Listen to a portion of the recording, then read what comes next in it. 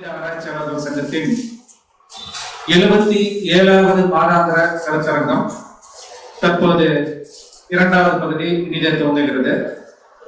இந்த சிறப்பு மிக்க விழாவிற்கு வருகை தந்திருக்கும் உங்கள் அனைவரையும் வருக வருக என மனதார வரவேற்று இந்த நிகழ்வில் கலந்து கொள்ள வந்திருக்கும் திதிகரண யோகம் ஆராய்ச்சியாளர் திருமிகு சௌகரியம் மணிவண்ணன் அவர்களையும், மதுரையிலிருந்து வருகை தந்திருக்கக்கூடிய ஜோதிட கலையரசி திருமதி மீனாட்சி தேவி பரமகுரு அவர்களையும் வருக வருக என்று வரவேற்று இந்த நிகழ்ச்சியின் தொடக்கமாக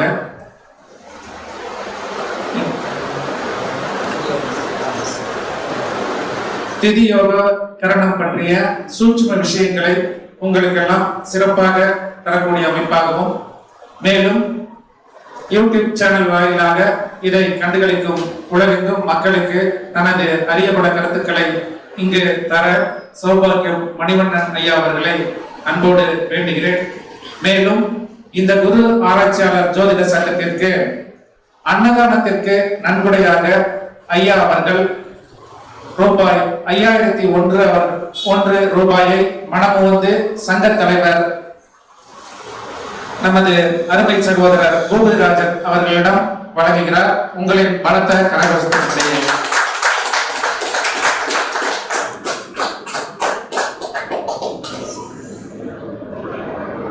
இதுல ஒரு முக்கியமான இந்த அன்னதானத்திற்கு நம்மளோட தானம், நான் பேசுறப்ப அது சம்பந்தப்பட்ட விஷயங்கள் இன்னைக்கு சொல்லலாம்னு நினைச்சேன். ஏன்னா இன்னைக்கு கோச்சாரத்தில் சனி பகவான் இருக்கக்கூடிய இடம் எங்க இருக்காரு? அந்த காலபுருஷத்துக்கு 10ஆம் இடத்துல கர்மஸ்தானத்தில் இருக்கிறார். அப்ப சனி பகவான் அப்படின்னாவே உங்களோட கர்ம வினைகள் கர்மங்கள் தீரணும் அப்படின்னாவே அன்னதானங்கள் செய்யறது ரொம்ப சிறப்பு.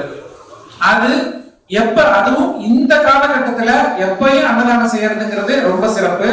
அதுல கோச்சாரத்தில் இந்த 10ஆம் வீட்டில் இப்ப தனது வீட்டில் ஆட்சி பெற்று இருக்கக்கூடிய காலகட்டங்கள்ல அது நான் இது எல்லாமே இங்க நம்ம சங்கத்தை பொறுத்த வரைக்கும் அது கோயின்சிடா அமைஞ்சுக்கும். இப்ப நான் அதை பத்தி ஒரு 12 லக்னங்களுக்கும் இந்த குறிப்பிட்ட வருஷத்துல என்னென்ன நீங்க தர்மம் பண்ணி என்னென்ன விஷயங்களை சாதிச்சுக்கலாம் அப்படின்னு உங்களுக்கு சொல்லலாம்னு நினைச்சிட்டு இருந்தேன். அதோட முதல் நிகழ்வாவே ஐயா அதை ஆரம்பிச்சு வச்சிருக்காரு. அதற்கு மனமார்ந்த வாழ்த்துக்களும் நன்றிகளும். இப்ப சௌபாகியம் மணிவண்ணன் ஐயா அவர்கள் தனது கருத்துக்களை திதியோகம் கரணம் சம்பந்தப்பட்டு ஒரு சிறப்பான உரையை தர இருக்கார். கண்டுகளிங்கள். நன்றி.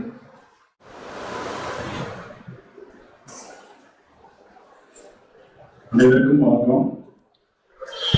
குரு ஜோதிட ஆராய்ச்சியாளர் சங்க தலைவர் டாக்டர் TMS பூபதிராஜன் அண்ணார் அவர்களுக்கும்,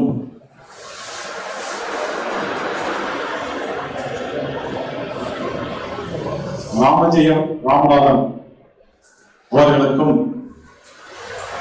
ஜோதிட கலையரசி திருமதி மீனாட்சி தேவி பரமகுரு அவர்களுக்கும் எனது மாலை வணக்கத்தை தெரிவித்துக் கொள்கிறேன். நடந்து முடிந்த 75வது கூட்டத்தில் நான் பேசியிருந்தேன். எனக்கு பாத்தீங்கன்னா ஒரு எப்படி பார்த்தாலும் ஒரு 150 போன் காலுக்கு மேல வந்தது. எல்லாருமே நிறைய பேர் வாழ்த்து தெரிவிச்சிருந்தாங்க. ரொம்ப சந்தோஷம். அதே போல நான் நிறைய கால்ஸ் எடுக்க முடியல. அப்படி நடந்ததற்கு நான் வருத்தம் தெரிவிச்சுக்கிறேன். ஏன் அப்படின்னாக்க வேலை பளு அதிகமா இருந்ததுனால அதை என்னால எடுக்க முடியல. அடுத்தது அதுல என்ன தெரிஞ்சது அப்படின்னு கேட்டீங்கன்னா, வர போன் எல்லாமே என்னன்னா நிறைய சந்தேகங்கள் திதியோக கரணத்தில் நிறைய சந்தேகங்கள் கேட்டிருக்காங்க. இப்ப எல்லாருக்கும் நம்ம தனித்தனியா பதில்கள் சொல்ல முடியாது இல்லைங்களா? அதனால இந்த மேடையில நம்ம முடிஞ்ச அளவுக்கு மீண்டும் பல விளக்கங்களை கொடுத்துடலாம். சரிங்களா? திதி யோகம் கரணம் அப்படிங்கிறது எல்லாருக்கும் இன்னைக்கு பரவலா தெரியும். ஆனா அதுக்கு உண்டான விதிகள் நம்ம முடிஞ்ச அளவு ஷார்ட்டா சுருக்கமா விரிவாக தெளிவாக நம்ம கொடுத்துருக்கோம். அது 75வது கூட்டத்தினுடைய யூடியூப்ல போய் பார்த்தீங்கன்னா இருந்தாலும் வந்து அது சொல்ல முடியாத சில தகவல்களை மேலும் விரிவா இந்த கூட்டத்தில் வந்து நம்ம பார்க்கலாம். சரிங்களா? அதாவது முதல் விதி என்ன அப்படின்னாக்க, இப்ப ஒரு ஜாதகத்துல வந்து என்ன இருக்கும், ஜாதகம் அப்படின்னாக்க 12 ராசி கட்டங்கள் இருக்கும். அடுத்தது வந்து 27 நட்சத்திரங்கள், 9 கிரகங்கள், ஒரு லக்னம் இருக்கும் இல்லைங்களா? இதை நம்ம வந்து பலன் எடுக்கிறதுக்கு பயன்படுத்துறோம். இதுல வந்து பலன் எடுக்க வந்து பயன்படுத்துறது என்ன அப்படின்னு கேட்டீங்கன்னா, 9 கிரகம், லக்னம், அவர்கள் வந்து அமர்ந்த இடம் என்ன, நட்சத்திரம் என்ன, அதே போல எந்த ராசியில் அமர்ந்திருக்காங்க, எந்த இடத்துல அமர்ந்திருக்காங்க, இதை தான் நம்ம வந்து பிரதானமா பயன்படுத்துறோம். ஸோ இதை வந்து நம்ம விரிவா பேசும்போது தெளிவா வந்து எல்லாருக்கும் வந்து புரியுறது இல்லை. ஸோ அதனால நம்ம வந்து ஷார்ட்டா முடிஞ்சளவு சுருக்கி விதிகளை வந்து கொண்டு வந்திருக்கோம். அது என்ன அப்படின்னு வந்து பாத்தீங்கன்னா, ஒரு ஜாதகத்தை கையில் எடுக்கிறீங்க. ஜாதகத்துக்கு உள்ளார என்ன இருக்கும், 9 கிரகங்கள் இருக்கும், ஒரு லக்னம் இருக்கும் இல்லைங்களா? மொத்தம் வந்து 10 பேர் இருப்பாங்க. இந்த 10 பேர் அமர்ந்த நட்சத்திரத்தை வந்து கவனிங்க. சரிங்களா? இப்ப இந்த 10 பேர்ல வந்து அமர்ந்த நட்சத்திரம் வந்து யோகி நட்சத்திரமாக, அல்லது உபயோகி நட்சத்திரமாக, அல்லது கரணாதிபதி நட்சத்திரமாக இருந்தால் அதை வந்து குறிச்சு வச்சுக்கணும். அந்த கிரகங்கள் நற்பலன்களை தருவதற்கு வாய்ப்புகள் உண்டு. அது எப்படி இருந்தால் நற்பலன்களை தருவார்கள் அப்படின்னு கேட்டீங்கன்னா, அந்த கிரகங்கள் மேல வந்து அவயோகியினுடைய பார்வை வந்து விழக்கூடாது. சரிங்களா?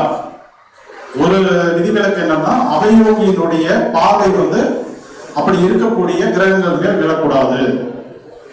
அடுத்தது, அவயோக வீட்டுக்குள்ளார இந்த யோகி நட்சத்திரம், உபயோக நட்சத்திரம், கரணாதிபதி நட்சத்திரங்கள் வந்து அவயோக வீட்டுக்குள்ளார வந்து அதுல வந்து அவயோகியோ உப அவயோகியோ நின்றால் யோக பலனை வந்து நீங்க வந்து எதிர்பார்க்க முடியாது. சரிங்களா? அதே போல வந்து பாத்தீங்கன்னா, அவயோக நட்சத்திரம் ஒண்ணு இருக்கு இல்லையா, அதுல ஒரு கிரகம் இருந்து இந்த மாதிரி சுபபலம் பெற்ற ஒரு கிரகத்தின் மேல அந்த பார்வை விழுது அப்படின்னாலும் நீங்க அந்த யோகத்தை எதிர்பார்க்க முடியாது. சரிங்களா? புரிஞ்சது எல்லாருக்கும்? யோகி நட்சத்திரம், உபயோக நட்சத்திரம், கரண நட்சத்திரம், இதுல ஒரு கிரகம் இருக்கு அப்படின்னாக்க யோக பலனை தரும். ஆனால் வந்து எப்படி இருந்தா தராது அப்படின்னு பாத்தீங்க அப்படின்னாக்க, அவர் மேல அவயோக கிரகத்தினுடைய பார்வை படக்கூடாது, ஒரு விஷயம். அடுத்தது, அவயோக நட்சத்திரத்தில் ஒரு கிரகம் இருந்து அவருடைய பார்வையும் வந்து படக்கூடாது. சரிங்களா? மூன்றாவது, அந்த யோக நட்சத்திரம், கரண நட்சத்திரம், உபயோக நட்சத்திரம் நின்ற இடம் வந்து ஒரு அவயோகி வீடாகவோ அல்லது உப அவயோகி வீடாகவோ இருந்தால், சரிங்களா, அந்த யோக பலனை வந்து நம்ம எதிர்பார்க்க முடியாது.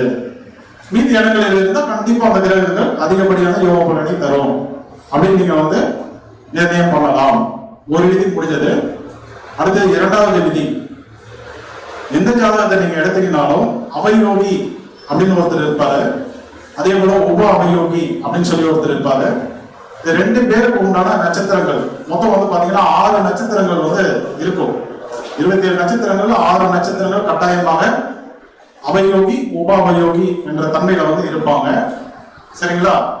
அப்படி இருக்கும்போது லக்னம் உட்பட 9 கிரகங்கள் இதுல வந்து யார் நின்னாலும் சரி, அதாவது யோகியே வந்து அந்த மாதிரி நின்னாலும் சரி, உபயோகி நின்னாலும் சரி, கரணாதிபதி நின்னாலும் சரி, பாக்கியாதிபதி நின்னாலும் சரி, கேந்திராதிபதி நின்னாலும் சரி, சரிங்களா, யார் வந்து நின்னாலும் கண்டிப்பாக கெடுபலன் தான் நடைபெறுகிறோம். 2ஆம் தேதி முடிஞ்சதுங்களா? சரிங்களா? இப்ப இதுல வந்து என்னன்னா, இதுல வந்து பாத்தீங்கன்னாக்க அவயோகியே உங்களுக்கு வந்து கரணாதிபதியா விழுந்திருப்பார் ஒரு சில ஜாதகங்கள். ஒரு சில ஜாதகங்கள்ல அவயோகியே வந்து பாத்தீங்கன்னா லாடாதிபதியாக வந்திருப்பார். அதே போல அவயோகியே திதிசூன்ய அதிபதியாகவும் வருவார். ஒரே ஒரே கேட்டகரியில 2 பேரும் வருவாங்க. நிறைய ஜாதகங்கள்ல நீங்க இதை கவனிக்கலாம். சரிங்களா? அப்படி வரும்போது உங்களுக்கு வந்து ஒரு வித குழப்பங்கள் ஏற்படும். அப்ப வந்து சுபபலம் நடக்க வாய்ப்புகள் உண்டா? ஏன்னா அவயோகியே லாடாதிபதியா வந்திருக்காரு, இல்ல அவயோகியே திதிசூன்ய அதிபதியா வந்திருக்காரு, அல்லது அவயோகியே மீண்டும் வந்து உபயோகியோட வந்து இணைஞ்சலாம் நின்றுப்பாங்க. இப்படி இந்த மாதிரி ஒரு சூழல்கள் வரும்போது இது சுபபலனை தருமா அல்லது அசுபபலனை தருமான்ற ஒரு குழப்பம் வரும். இந்த மாதிரி எந்த காம்பினேஷன் வந்தாலும் நீங்க வந்து குழப்ப தேவையில்லை, அது கண்டிப்பா வந்து கெடுபலன்களை தான் தரும் அப்படின்னு சொல்லி நீங்க வந்து முடிவு பண்ணிக்கலாம். சரிங்களா? 2 விதிகள் நம்ம வந்து பார்த்துட்டோம். அடுத்த 3ஆவது விதி, மூன்றாவது விதி வந்து பாத்தீங்கன்னா திதி சூன்யத்தை சார்ந்தது.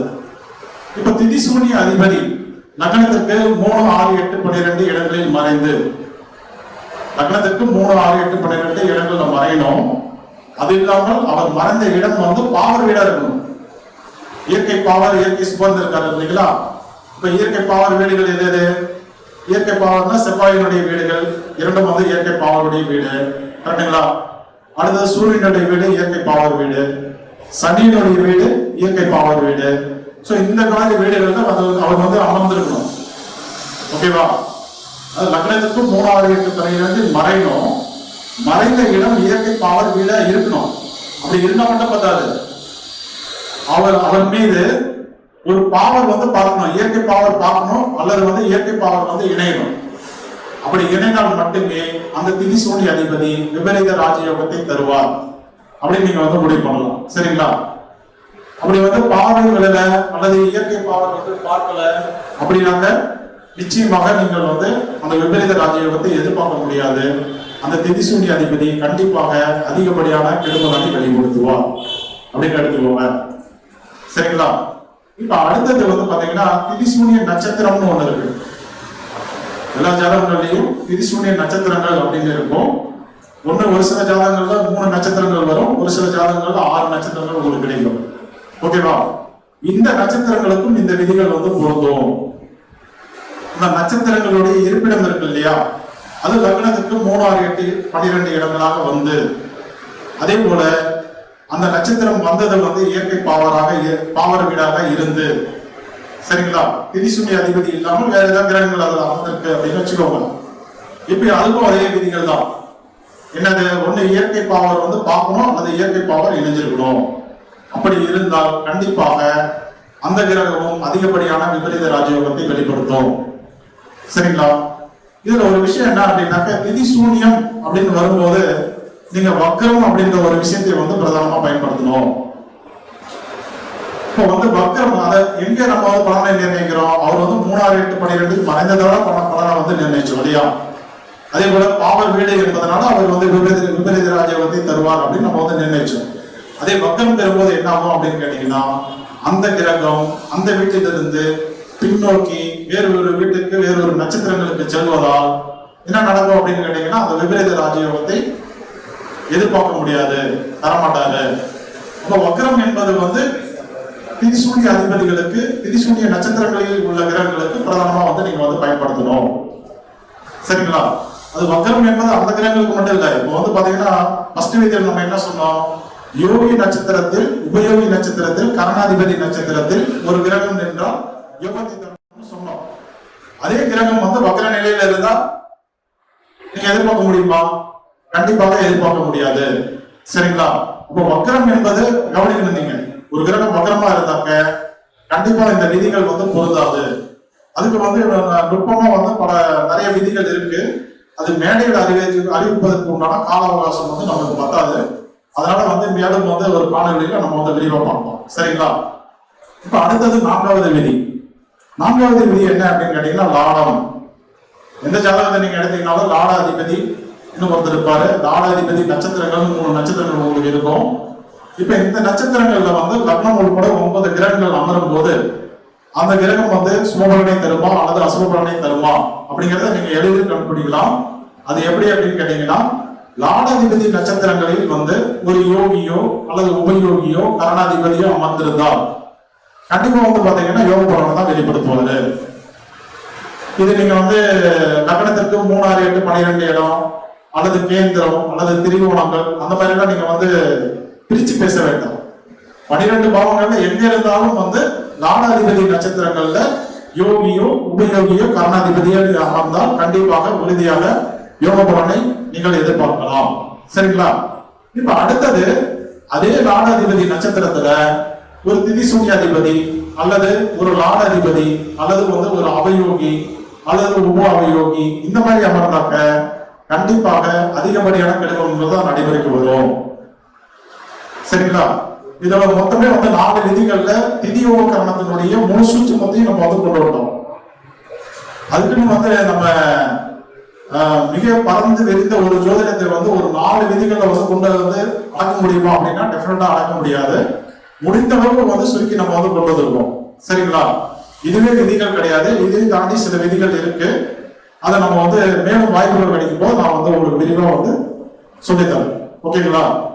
இப்ப அடுத்தது வந்து என்னன்னாக்க, நிறைய கால்ஸ் வந்தப்ப எல்லாரும் சந்தேகம் கேட்டது என்னன்னாக்க, சார் இதுக்கு வந்து இந்து லக்கணத்தை நம்ம வந்து பயன்படுத்த வேண்டாமா, புஷ்கர நவாம்சத்தை வந்து பயன்படுத்த வேண்டாமா, புஷ்கரத்தை வந்து பயன்படுத்த வேண்டாமா, அதே போல அரோகணம் அவரோகணம் போன்ற விதிகளை வந்து பயன்படுத்த வேண்டாமா, ஆட்சி உச்சம் நீசம் நட்பு சமம் பகை இந்த மாதிரி விதிகளை வந்து பயன்படுத்த வேண்டாமா அப்படின்னு சொல்லி நிறைய பேர் கேள்வி கேட்டிருந்தாங்க. ஆக்சுவலா வந்து இதையெல்லாம் வந்து ஜோதிடத்துல வந்து வேண்டாம், இதையெல்லாம் வந்து பயன்படுத்தக்கூடாது அப்படின்லாம் நான் வந்து எந்த இடத்துலையும் நான் வந்து சொல்லல. அதாவது இந்து லக்னம் புஷ்கராம்சம் அதே போல அரோகணம் அவரோகணம் ஆட்சி உச்சம் நீசம் நட்பு சமம் பகை இதை மட்டுமே வைத்துக் கொண்டு ஒரு கிரகம் சுபபலனை தரும் அல்லது அசுபபலனை தரும் என நீங்கள் வந்து பலனை தீர்மானிப்பதுதான் தவறு என்று நான் வந்து சொல்லியிருக்கிறேன் ஒழிய இதெல்லாம் வந்து ஜோதிடத்துக்கு தேவையில்லை அப்படின்னு நான் வந்து சொல்ல கிடையாது. சரிங்களா? இப்போ உதாரணத்துக்கு வந்து பாத்தீங்க அப்படின்னாக்க புஷ்கராம்சத்துல ஒரு கிரகம் இருக்கு அப்படின்னாக்க என்ன, நீங்க உடனே வந்து ஒரு சுக்கிரன் வந்து புஷ்கராம்சத்துல இருந்தா சுக்கிரன் வந்து தன்னுடைய தசையிலையோ புத்தியிலையோ அந்தரத்திலேயோ கோச்சாரத்திலேயோ அதிகப்படியான சுபபலனை தருவாரு அப்படின்னு நீங்க நிர்ணயிப்பீங்க. அது தவறுன்னு சொல்ல வர. சரிங்களா? புஷ்கராம்சத்துல இருக்காரு, ஓகே, அவர் அந்த ஜாதகத்துல வந்து அவயோக தன்மையில இருப்பார், அவயோக நட்சத்திரத்துல நின்றுட்டு இருப்பார்.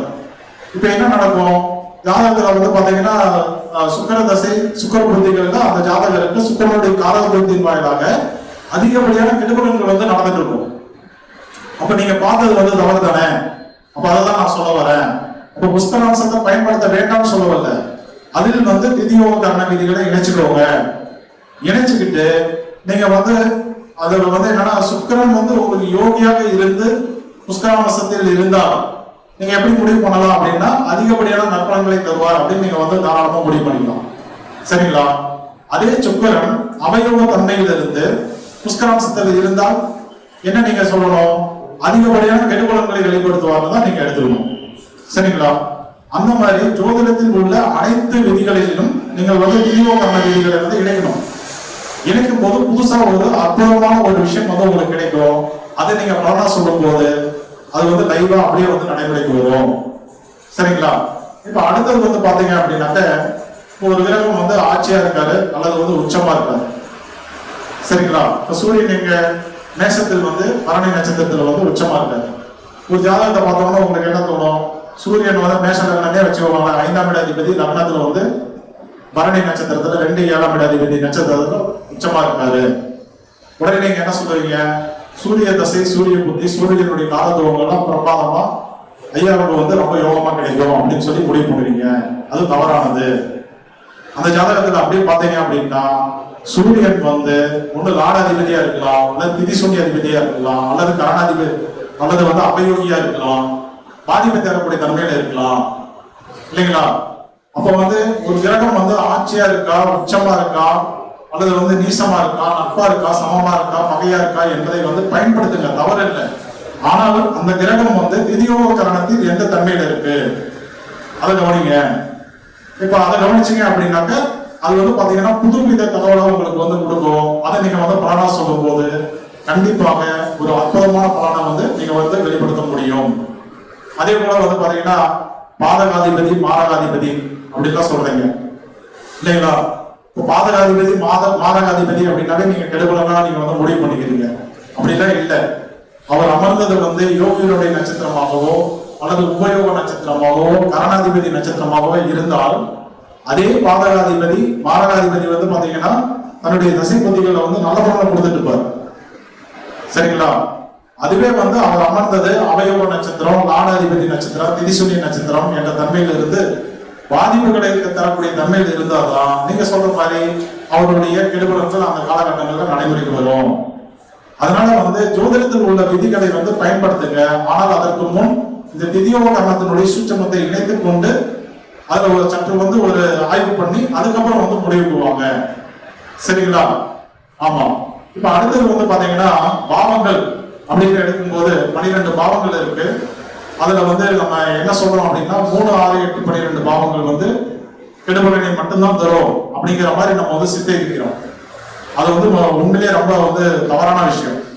அதே போல கேந்திரங்கள் இருக்கு, திரிகோணங்கள் இருக்கு, உபஜய ஸ்தானங்கள் இருக்கு. இதெல்லாம் வந்து அதிகப்படியான நற்பலன்களை மட்டுமே தரும் அப்படின்னு நம்ம எதிர்பார்க்கிறோம். ஒரே ஆங்கிள் வந்து பார்த்து பலன் சொல்றோம். அதிலும் வந்து தவறான விஷயங்கள் நிறைய இருக்கு. சரிங்களா? இப்ப வந்து பாத்தீங்கன்னாக்க ஒரு 10ஆம் வீடு அதிபதி 8ஆம் வீடு அதிபதியுடன் இணைந்த சூரியன் வந்து 10ஆம் வீடு அதிபதி 8ஆம் வீடு அதிபதியுடன் வந்து இணைந்திருக்காரு. முன்னாடி 8ஆம் இடத்துல இருக்காரு அல்லது 8ஆம் வீடு அதிபதி சாரத்துல இருக்காருன்னு வச்சுக்கோங்க. நீங்க டக்குனு என்ன ஒரு தவறான முடிவு எடுக்கக்கூடிய சிந்தனை வந்து வரும். ஆனால் அப்படி கிடையாது. அந்த ஜாதகத்தில் வந்து சூரியனுடைய தன்மை என்ன, விதியோகத்துல அந்த சூரியனுடைய தன்மை என்ன, அந்த 8ஆம் இடம் அதனுடைய தன்மை என்னன்னு கவனிக்கணும். இப்ப சூரியன் வந்து அந்த ஜாதகத்துல வந்து கரணாதிபதியா இருக்காரு. அதே ஜாதகத்துல 8ஆம் பாவம் என்பது யோகியுடைய வீடா இருக்கு. இப்ப பாத்தீங்க அப்படின்னா சூரியன் கரணாதிபதி 8ஆம் வீடு அதிபதியான யோகி நட்சத்திரத்துல நின்றுட்டு இருக்காரு. இப்ப என்ன பலன் வந்து பாத்தீங்கன்னா ஃபுல் அண்ட் ஃபுல் வந்து சுபத்துவமா மாறிடும், பாசிட்டிவா மாறிடும். சரிங்களா? அப்ப சூரியனுடைய காரத்துவங்கள் எல்லாமே அந்த ஜாதகருக்கு ஈஸியாக சுலபமாக திடீரென எல்லாமே வந்து கிடைக்க ஆரம்பிச்சிடும். அதனால வந்து பாவங்களையும் வந்து பாத்தீங்கன்னா 3, 6, 8, 12 பாவங்களாக இருந்தாலும் சரி, கேந்திரமா இருந்தாலும் சரி, திரிகோண பாவங்களாக இருந்தாலும் சரி, அதுலயும் வந்து திதியோகரண விதிகளை இணைச்சு பார்த்துட்டு அதுக்கப்புறமா வந்து இது கெடுபலன் அல்லது சுபபலன் அப்படிங்கிறத நீங்க வந்து முடிவு பண்ணலாம். சரிங்களா? அடுத்தது வந்து பாத்தீங்கன்னா இயற்கை பாவர், இயற்கை சுபர். இது நான் வந்து நிறைய ஆன்லைன் கிளாஸ்ல திரும்ப சொல்லிட்டு இருக்கேன். என்னுடைய வாட்ஸ்அப் குழுல சொல்லிட்டு இருக்கேன், பேஸ்புக்ல சொல்லிட்டு இருக்கேன். அதே போல வந்து பாத்தீங்கன்னா யூடியூப் சேனல்லயும் நான் வந்து திரும்ப சொல்லிட்டு இருக்கேன்.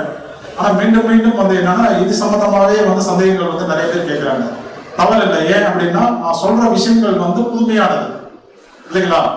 காலங்காலமா வந்து ஜோதிடத்தை வந்து பார்த்த விதங்கள் வேறு.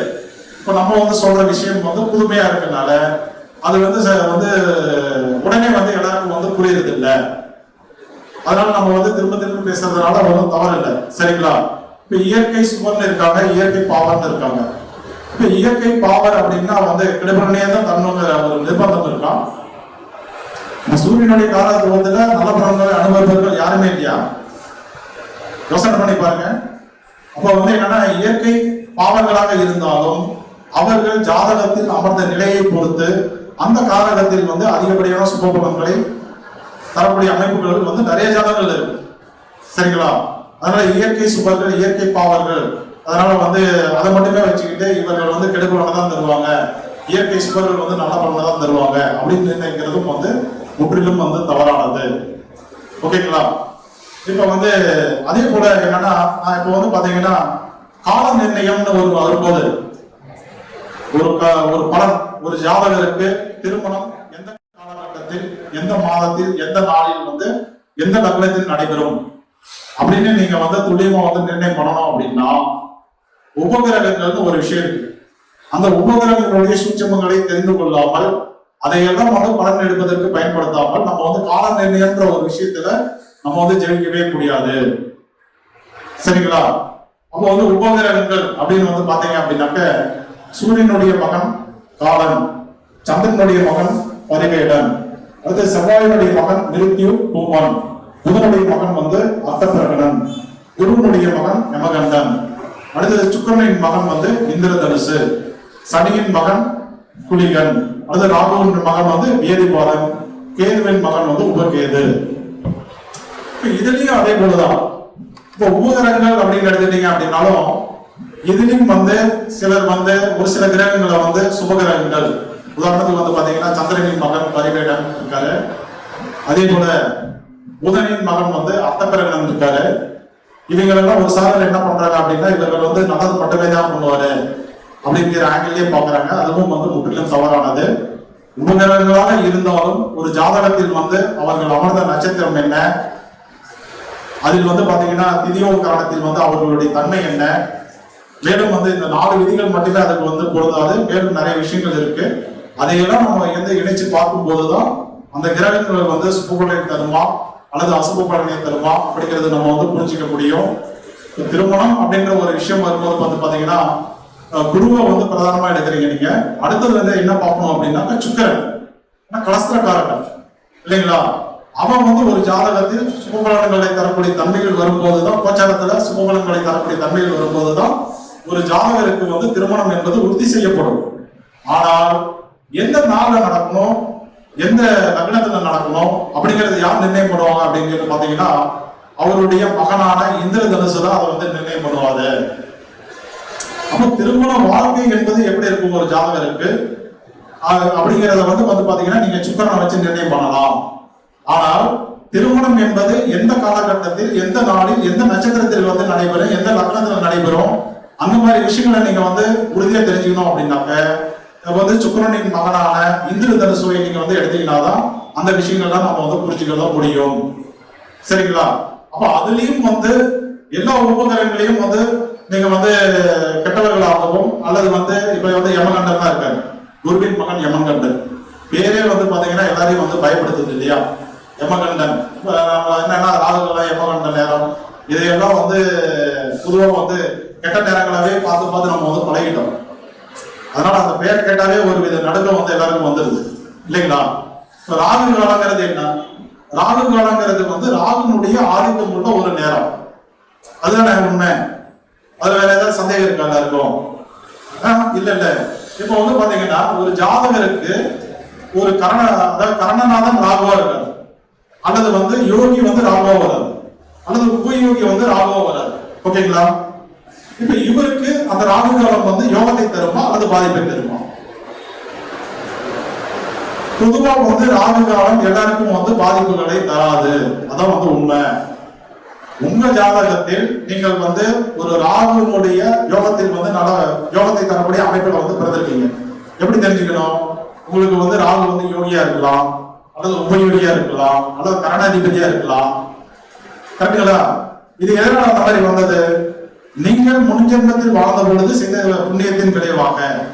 அடுத்தது உங்களை நீங்க எந்த குடும்பத்தில் பிறந்திருக்கீங்களோ அந்த குடும்பம் 7 தலைமுறையினர் வந்து வாழ்ந்த பொழுது செய்த புண்ணியத்தின் விளைவாக கிடைச்ச ஒரு அமைப்பு தான் உங்களுக்கு வந்து யோகி, உபயோகி, கரணாதிபதிகள் எல்லாமே. சரிங்களா? இப்ப இந்த ராகு வந்து உங்களுக்கு யோகியா வராரு, உபயோகியா வராரு, கரணாதிபதியா வந்தாரு, யோகத்தை தரக்கூடிய தன்மையில வந்தாரு. இந்த ராகு காலம் உங்களுக்கு வந்து யோகத்தை தான் வந்து தருமே ஒழிய நிச்சயமாக பாதிப்புகளை தராது. சரிங்களா?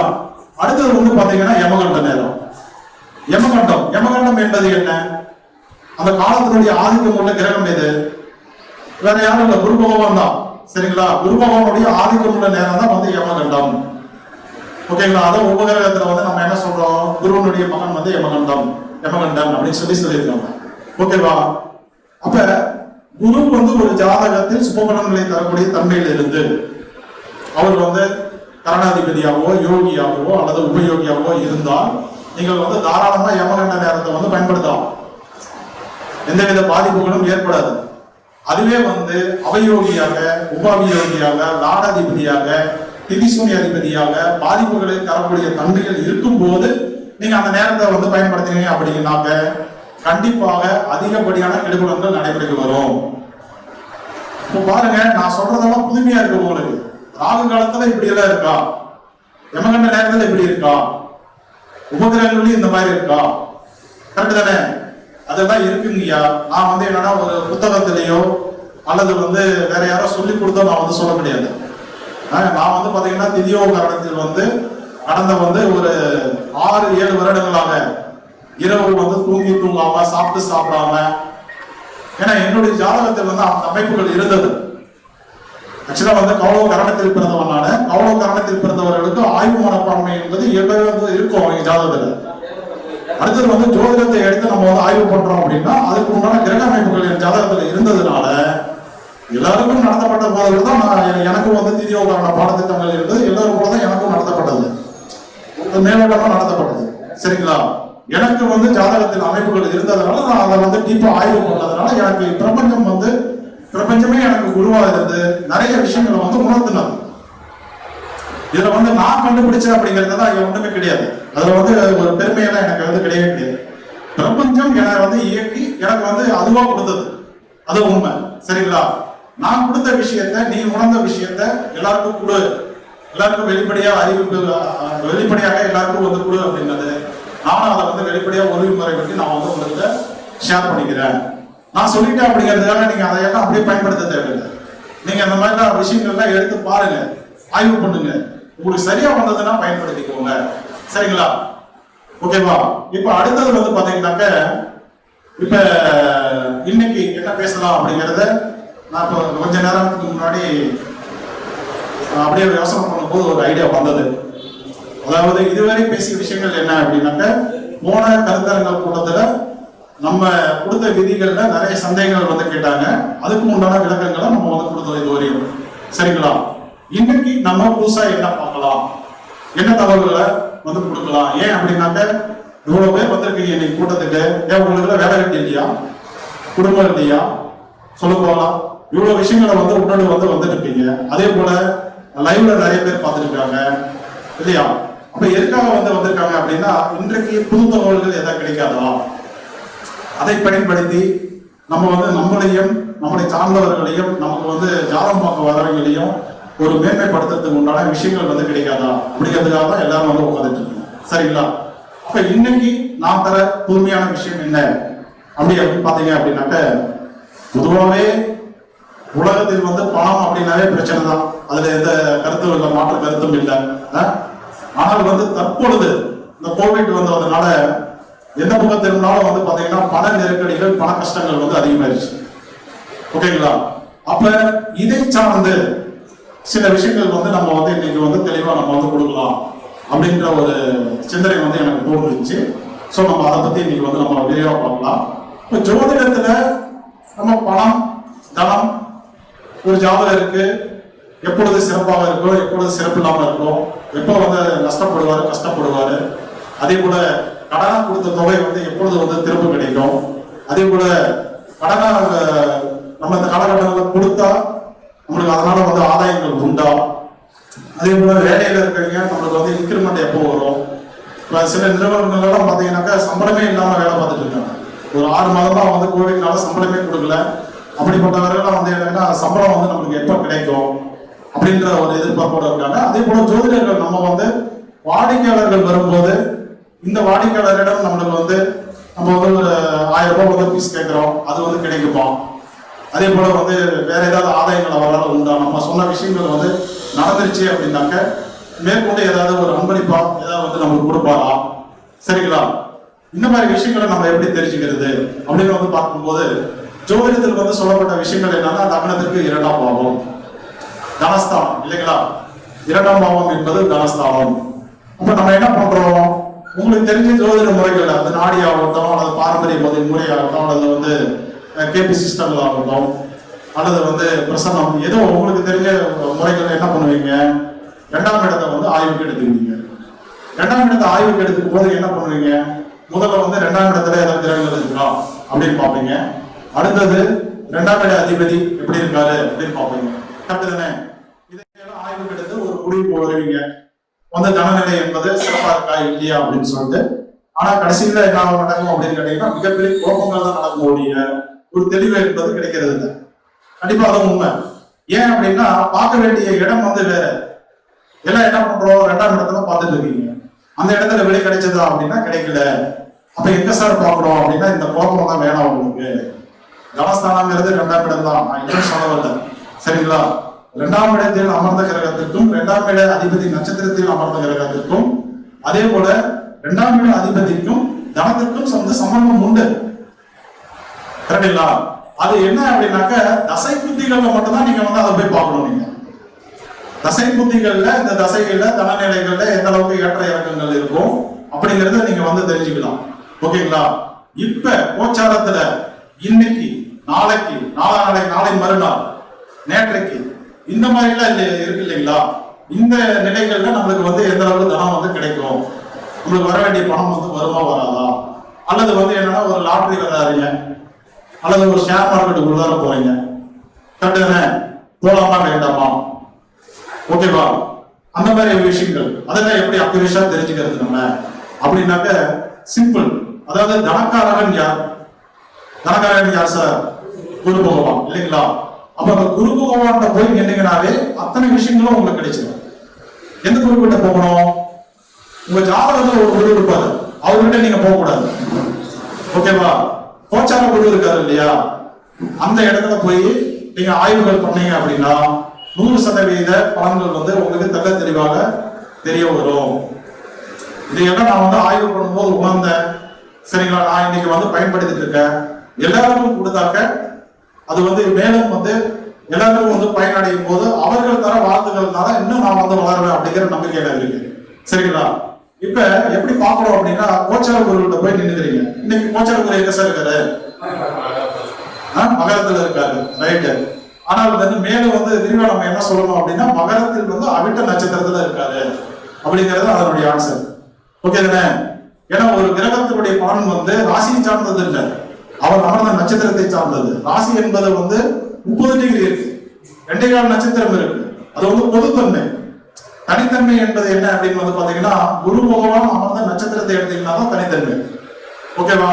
இப்போ குரு பகவான் அமர்ந்தது எந்த நட்சத்திரம்? அவிட்ட நட்சத்திரத்துல இருக்காது. அப்ப இந்த குருவையும் அவிட்ட நட்சத்திரத்தையும் நீங்க ஆய்வு பண்ணீங்கன்னாலே உங்களுக்கு வந்து முழு விடை வந்து கிடைச்சிடும். சரிங்களா? இப்ப இதை எப்படி ஆய்வு பண்ணணும் அப்படின்னா, திதியோக கரணத்தினுடைய விதிகளை வந்து நீங்க வந்து இந்த குருவுக்கும் அந்த அவிட்ட நட்சத்திரத்துக்கு இணைக்கணும்.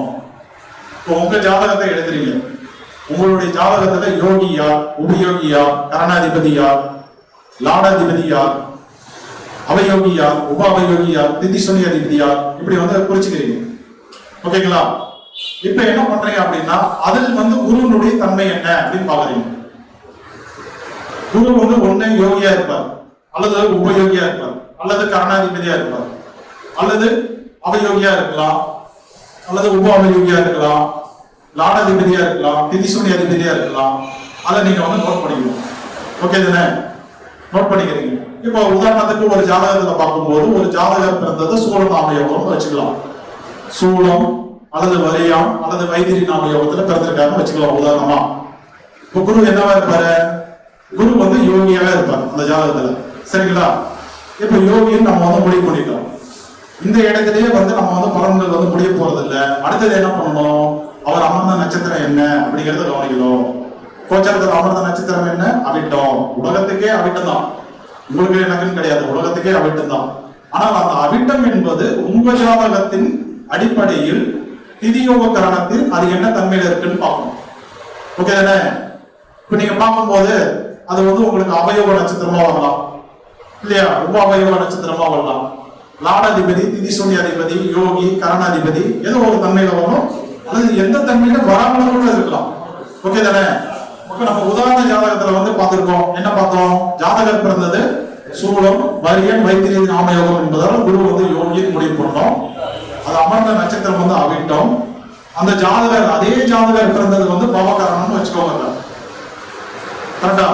இப்போ பவகரணம்னு வரும்போது அவிட்டத்தினுடைய தன்மை என்ன வரும்?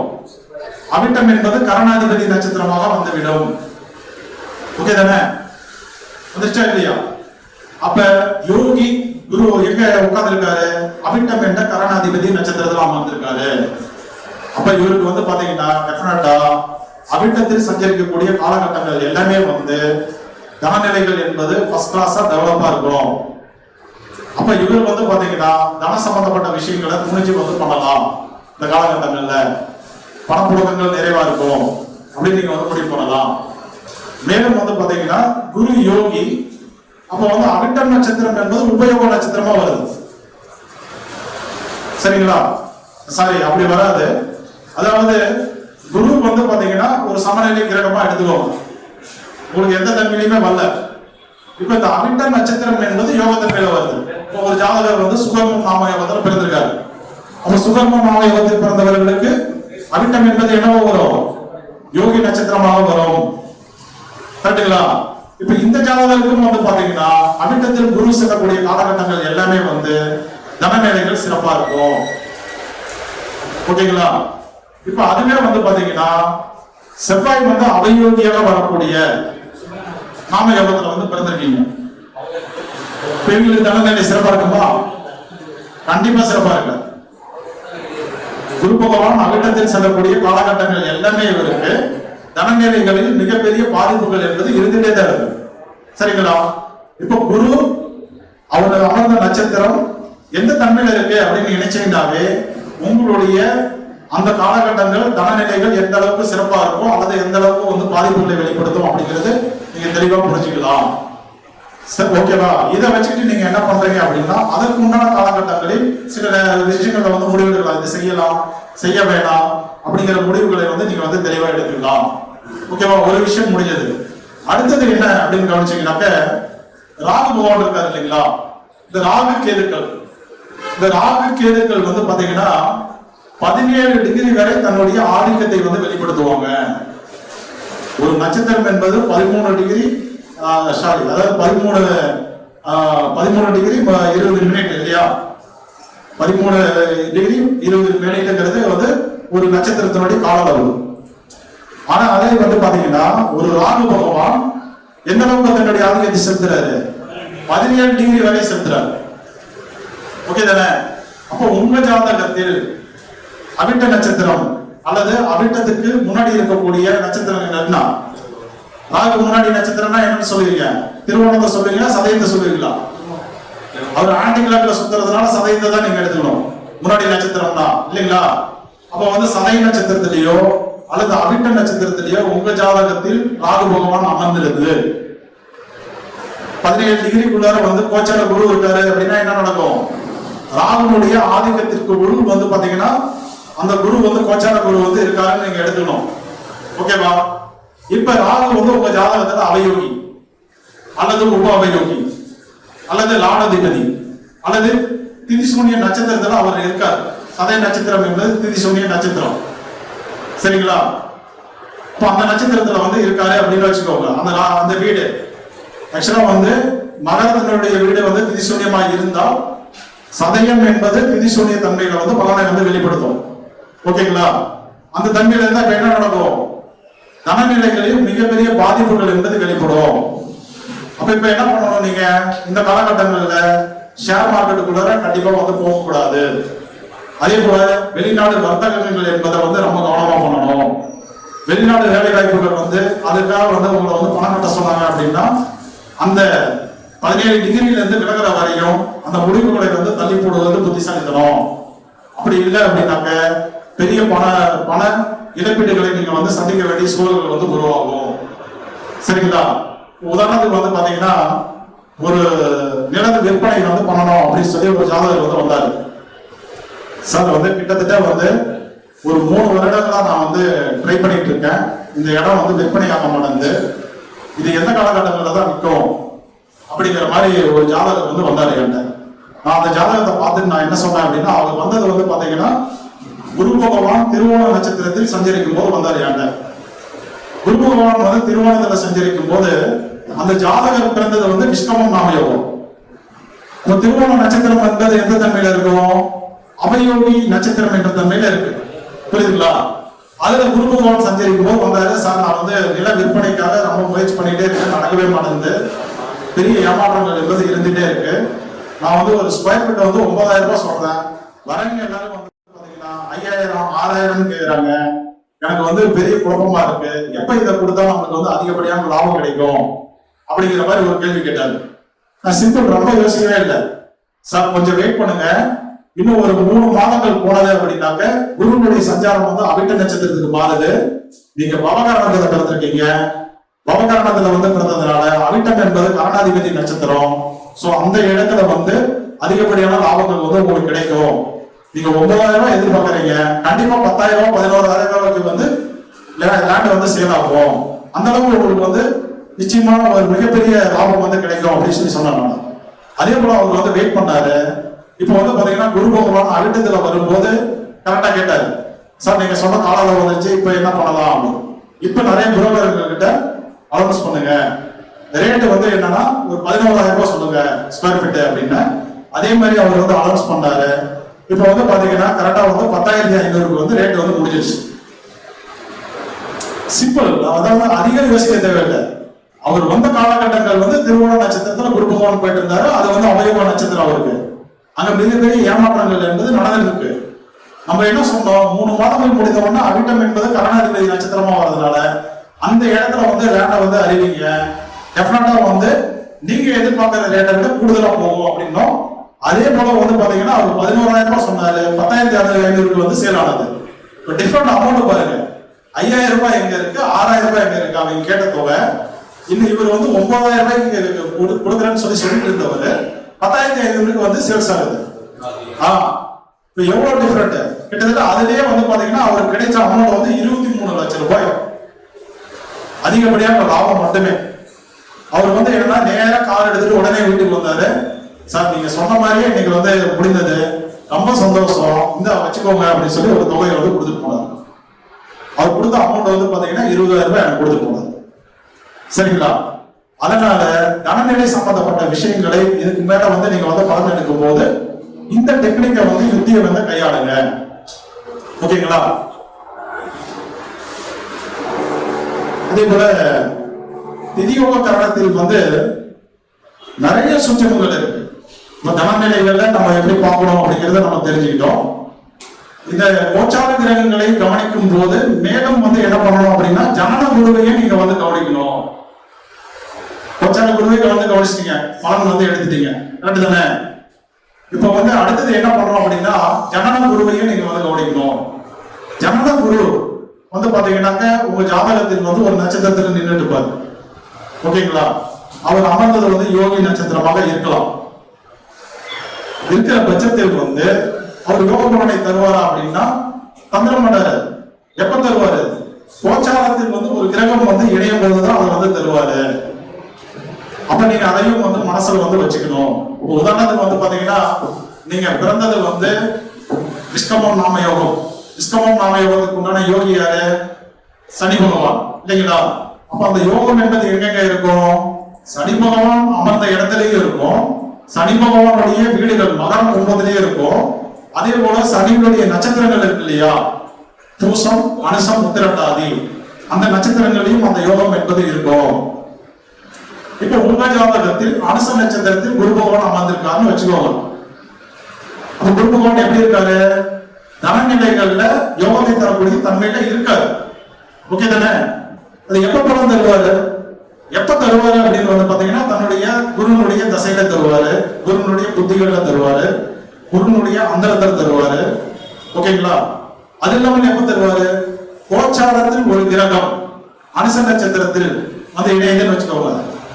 ஒரு சுக்கிரனோ புதனோ சூரியனோ சந்திரனோ ஏதோ ஒரு கிரகங்கள் இணைந்தால் அந்த யோகம் வந்து நடைமுறைக்கு வந்துடும். ஓகே தானே? இப்ப வந்து பாத்தீங்கன்னா கோச்சார புதன் செவ்வாய்கள்லாம் அப்படியே வந்துட்டு இருக்காங்க, அனுச நட்சத்திரத்தை நோக்கி வந்துட்டு இருக்காங்க கோச்சாரத்துல. வரும்போது என்ன நடக்கும்? செவ்வாய் புதன் சூரியன்லாம் வந்து இணையும் போது குறைந்தது வந்து ஒரு 17 நாட்கள், ஒரு 15ல இருந்து ஒரு 17 நாட்கள் வந்து அந்த நட்சத்திரத்துல வந்து இருப்பாங்க. கரெக்ட் தானே? அப்ப அந்த 17 நாட்கள் என்ன நடக்கும்? அந்த யோகம் வந்து நடைமுறைக்கு வரும். சந்திரன் வராரு. சந்திரன் எப்ப வருவாரு? 29 நாட்கள் ஒரு வாட்டி வந்து அந்த நட்சத்திரத்துல வந்து இருப்பாரு, இல்லைங்களா? அந்த நாட்கள்ல நீங்க எந்த செயல் பண்ணாலும் அந்த யோகம் வந்து நடைமுறைக்கு வரும். ஓகேங்களா? அப்ப கோச்சார குருவையும் கவனிக்கணும் நீங்க, அதே போல ஜனன ஜாதகத்தில் உள்ள குருவையும் கவனிக்கணும். அப்ப ஜனன ஜாதகத்தில் வந்து உங்க ஜாதகத்துல அவயவ நட்சத்திரத்துல குரு அமர்ந்திருக்காரு.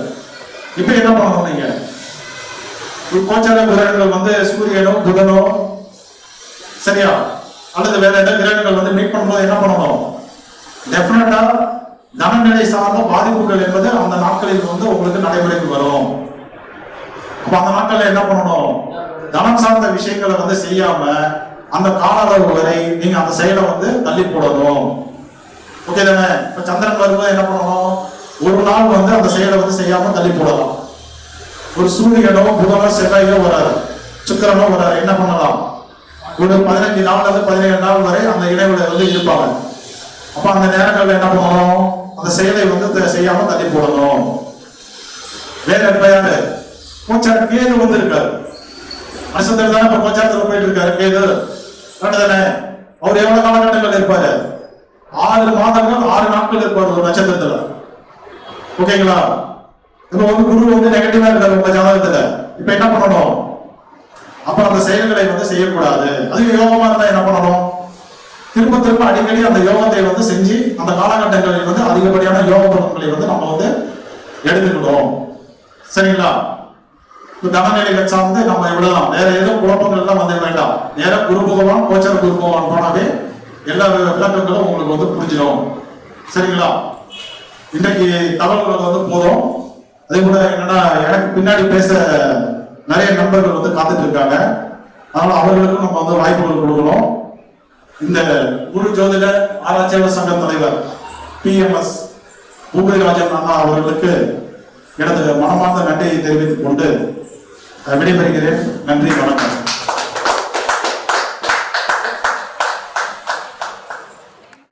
உரையை இதுவரை சுமார் 50 நிமிட காலகட்டங்கள் தொடர்ந்து மனையென பொழிந்த சௌபாக்கியம் மணிவண்ணன் ஐயா அவர்களுக்கு உங்கள் அனைவரின் சார்பாக மிக்க நன்றி.